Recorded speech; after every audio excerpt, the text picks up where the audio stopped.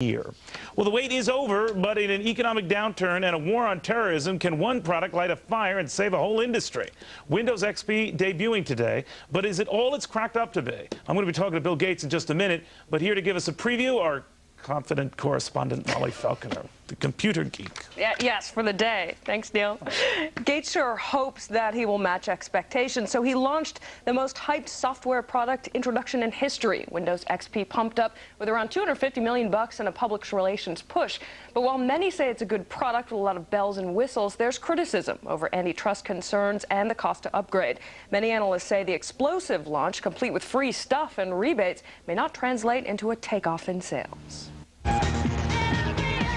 From Madonna to Sting to Rudy Giuliani to Regis Philbin. Yeah, if anybody needs $1 million, it's you. Microsoft chairman and founder Bill Gates pulling out all his stops and pushing his new operating platform, Microsoft Windows XP. Technology has always been about making the impossible possible.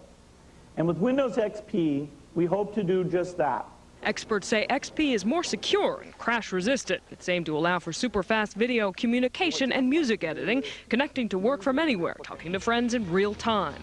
It's very impactful visually. It's bright colors, larger icons, pretty sounds, gorgeous backgrounds. It's very photogenic and very inviting. It's friendly. But all that beauty may not mean a buy.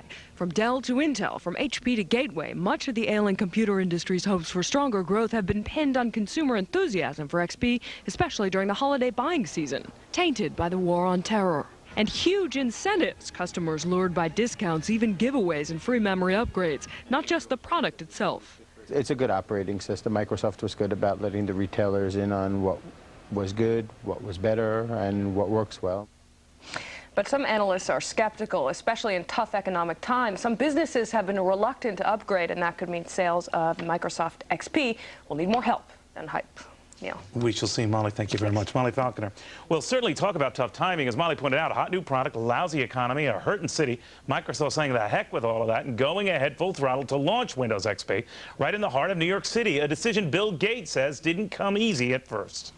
We weren't sure whether it was appropriate to come, and so a few weeks ago I called up the mayor and got his input, and he very enthusiastically said, please do come.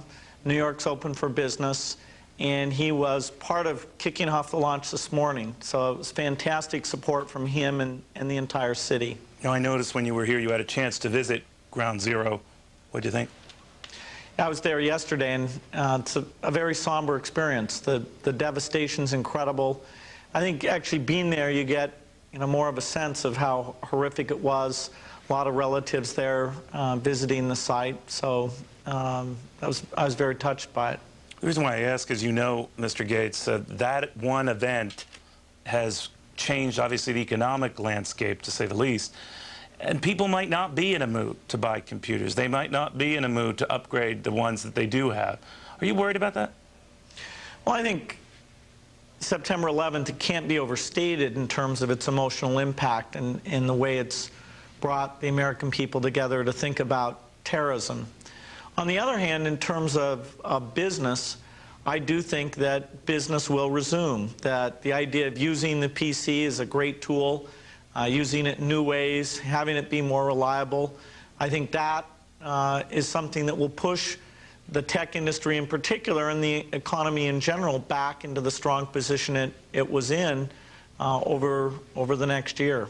Are you worried, though, that this is not getting at least the immediate response that Windows 95 did, that this evolution or revolution, whatever you want to call it, isn't kicking off like that one did? Actually, the kickoff is way beyond Windows 95. The pre-orders were more than double Windows 95. The way the industry's come together with the manufacturers doing marketing and new machines, we've got 5 million machines in the retail channels right now with Windows XP. So, but to be fair, we have a lot more computer users than we did in 1995, right? But Windows XP is about upgrades and new machines. And so whereas Windows 95 sold about 40 million copies in the first year that it was out, it's clear that with Windows XP, we'll be able to do more than double that amount. So the new applications, the new reliability, this is an even bigger deal than Windows 95 was. You know, I have used Windows XP, Mr. Gates, and one of the things that strikes me is, hey, it doesn't crash. That's great. But the other is, it seems at least a bit intrusive. Your passport service is really, to go ahead and get on the internet and all of that. Asks me a lot of personal questions, a lot of personal data, a lot of credit card data. I feel like saying none of your business. Well, actually, Passport doesn't collect any of that information unless you want to provide it. What Passport's about is a very simple thing. It's too hard to remember all your different usernames and passwords out on many different websites. And unless we can get something that all websites can share, then you'll only go to a few big websites. And for the internet to achieve its potential, small companies should be able to offer subscriptions and not have to have a special name there and retype things in. So Passport's purely an enabling factor. You give no information you don't want to give. You share it with no sites unless you explicitly authorize it. No system has been more vetted in terms of these issues than this new infrastructure called Passport. On another level, I can't put the one that I loaded on my desktop onto my laptop. I have to buy another Windows upgrade, right? Well, you have to pay a license fee if you want to use it on more than one computer. But that's right. That's always been true of Windows. There's nothing new about that. If you didn't pay before, I've got news for you. All right. I forgot I even asked the question. Let me get your take on some other things that regulators are probably concerned with in this latest offering, Mr. Gates. The fact that there are a lot of more bells and whistles sort of built into the program. Wasn't this the same issue that drove you to court in the first place? Are you just kind of being gutsy here or foolhardy? Well, making Windows better, that's what we do when we spend our billions and billions of dollars on R&D. Historically, Windows didn't have graphics interface. People just used DOS. We didn't have internet connections. People want an ability in Windows to do things like real-time communications and plug in their cameras. At the same time, one of the things we do that's amazing is we preserve compatibility with third-party products.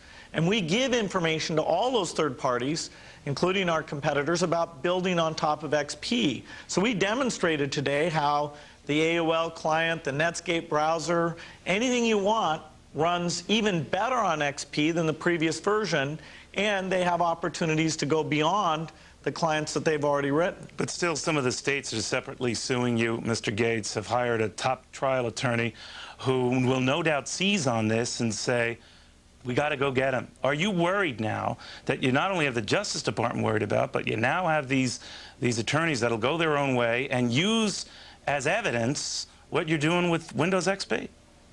Well, the fact that the states have been in this many-year lawsuit, that is absolutely nothing new. The fact is that improving Windows... hiring this lawyer is. Yeah, they've been hiring lawyers at various stages. I wouldn't make a big deal about that. Definitely in the case, we've said that we'd like to settle the case. Looks like there's a good opportunity for that. The new judge, seeing that most of the case was thrown out by the appeals court, asked the parties to sit down once again, and we're putting our energy into that, and we're hopeful of a settlement. Meanwhile, by when? By November 2nd? Oh, I won't speculate on a date or anything like that, but we're doing our best there. All right. Just one last question. This Madonna Ray of Light song, was that your pick? Actually, I'm not in charge of the creative work on the advertising. I knew that pick was being made. They showed it to me. Looked good to me, and I'm excited about the advertising because we've got a great product to back it up. All right, Bill Gates, there is little doubt that the U.S. must do everything possible to fight the war on terror, but somebody's got to pay for it, and it won't come cheap. Robert Reich on footing that bill. Next.